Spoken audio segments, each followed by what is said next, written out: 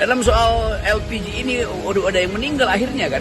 Di pertanggungjawaban moralnya artinya Bahlil sebagai menteri tentu harus datang ke publik dan menyatakan bahwa dia salah membuat kebijakan. Kenapa? Karena dia tidak mampu mengantisipasi dengan kebijakan yang sebetulnya kebijakan yang dungu sebetulnya. Bahlil itu mesti bertanggung jawab, dan pertanggungjawaban tertinggi dari seseorang menteri itu di dalam integritas dirinya ada mengundurkan diri.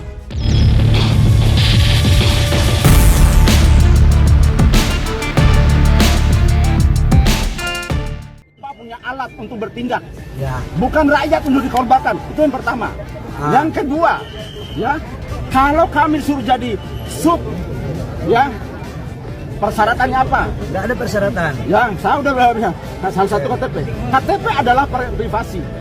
Udah, Bapak.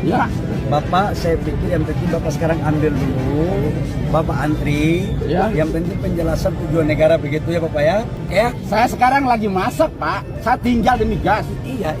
Kita layani Bapak. Bukan masalah antri gasnya. Anak kami lapar, butuh makan, butuh kehidupan Pak. Oke, Bapak ya. Logika berjalan dong Pak. Iya. Udah ya. Yang penting itu ya, Pak, Kalau ya. saya kami berjalan Pak. Udah ya. Dialog. Udah lambat ya. Sebenarnya ini bukan kebijakannya dari presiden untuk kemudian melarang kemarin itu. Nah, tapi melihat situasi dan kondisi, tadi presiden turun tangan untuk menginstruksikan agar para pengecer bisa dapat berjalan kembali sambil kemudian pengecer itu dijadikan subpangkalan, administrasi segala macamnya bisa sambil berjalan saja, demikian. Ya itu kan jangan semua hal ke presiden. Apa tugas menteri ini kan pembantu presiden. Jangan urusan-urusan kecil-kecil semuanya ke presiden. Itu seolah nggak ada menterinya yang kerja. Udahlah, kalau itu benar dan salah itu biarlah menteri yang akan menjalankan dan meluruskan kalau ada yang keliru ya. Presiden punya peralatan, namanya menteri. Dia jadi alat untuk mengefektifkan kebijakan presiden. Begitulah sistem presidensial bekerja. Sekarang ada peralatan yang namanya Menteri Bahlil membuat peralatan yang memusingkan presiden. Jadi betul-betul kabinet yang absurd.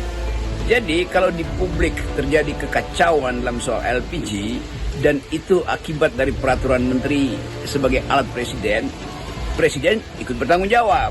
Tetapi bila peraturan itu tidak dikonsultasikan pada presiden, maka menterinya yang mesti digusur, dilengsarkan. Kan nggak mungkin presiden menginginkan adanya kekacauan di dalam kebijakan yang dia inginkan. Jadi sebetulnya dengan logika yang sederhana, Menteri Bahlil mesti mengatakan saya bersalah karena peralatan saya sebagai peralatan tidak mampu untuk mengefektifkan diri menjadi peralatan presiden. Itu sebetulnya etikanya tuh. Nah, kemungkinan semacam ini juga bisa berlangsung atau berlaku di banyak hal di menteri yang lain tuh. Dan kelihatannya banyak menteri yang tidak paham bahwa dalam sistem presidensial menteri itu adalah peralatan presiden. Jadi dia mesti menerangkan pada presiden apa aturannya akan dia buat dan menerangkan potensi kekisruhan atau kekacauan. Dalam soal LPG ini udah ada yang meninggal akhirnya kan. Di pertanggungjawaban moralnya artinya Bahlil sebagai menteri tentu harus datang ke publik dan menyatakan bahwa dia salah membuat kebijakan. Kenapa? Karena dia tidak mampu mengantisipasi. Dia menteri yang tidak mampu mengantisipasi dengan kebijakan yang sebetulnya kebijakan yang dungu sebetulnya. Itu mengakibatkan penderitaan rakyat. Orang antri dan dengan alasan bahwa itu hanya butuh antrian sedikit lah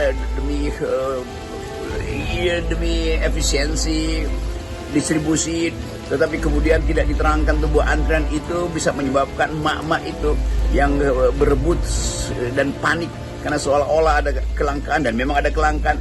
Itu tidak pernah diurai atau dijadikan semacam pelajaran mitigasi kan.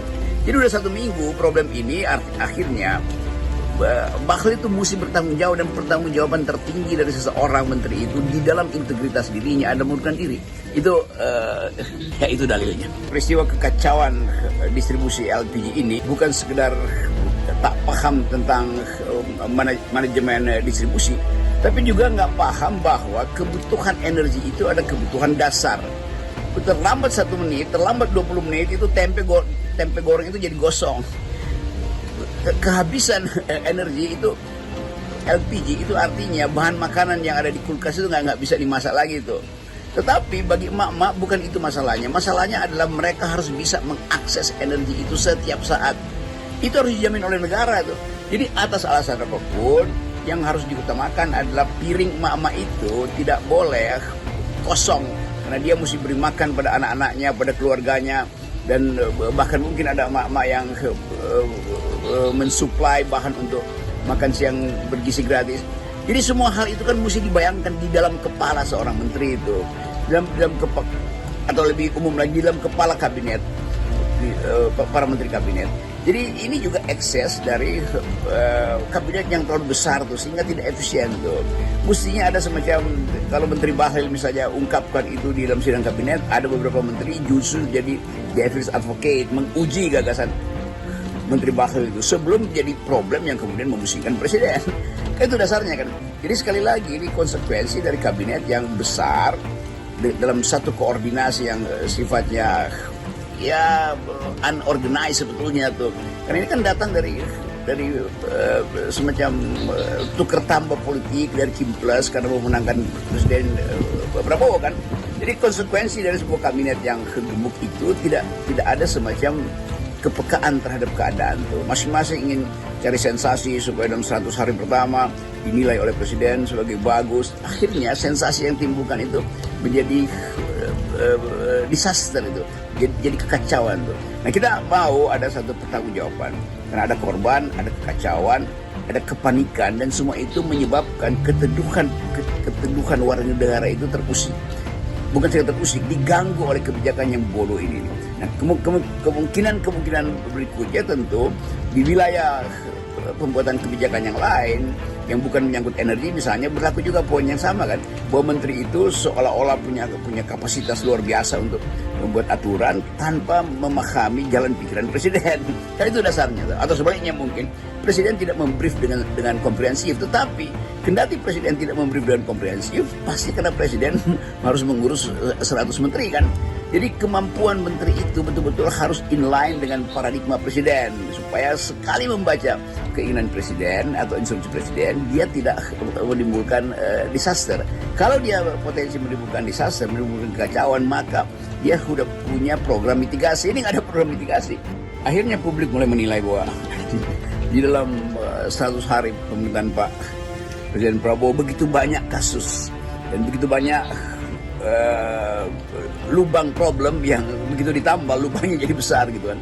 Nah itu pentingnya dari awal kita memberi sinyal, FNN mendiskusikan terus-menerus, para kritisi mendiskusikan terus-menerus bahwa kabinet yang diorkestrasi dengan partitur yang tidak sempurna karena ini adalah hasil tukar tambah politik menyebabkan kekacauan hari-hari ini kan. Kekacauan di dalam banyak hal, beberapa menteri juga bikin kekacauan itu kan. Tetapi kita tahu bahwa seharusnya koordinasi itu dilakukan lewat Menko. Tetapi Menko-nya juga terlalu besar tuh sehingga setiap Menko itu mengkoordinir departemen teknisnya itu berantakan juga. Sekarang 7 Menko itu mesti dikoordinasi oleh Presiden. Jadi Anda bayangkan derivat dari kekacauan ini dimulai dari pembengkakan kabinet yang disebabkan oleh tukar tambah politik. Padahal Pak Prabowo dulu menjanjikan ini akan ada kabinet atau ya second kabinet, itu kabinet ahli yang tidak tergantung pada infiltrasi politik. Kan presiden udah terpilih, maka dia berhak untuk menyusun sendiri, nggak perlu lagi ngikutin keinginan dari koalisi kan. Kan dengan sempurna kita bisa baca kabinet presidensial itu adalah kabinet ahli. Kalau kabinet isinya politisi itu namanya sistem parlementer kan, dalil-dalil bernegaranya begitu.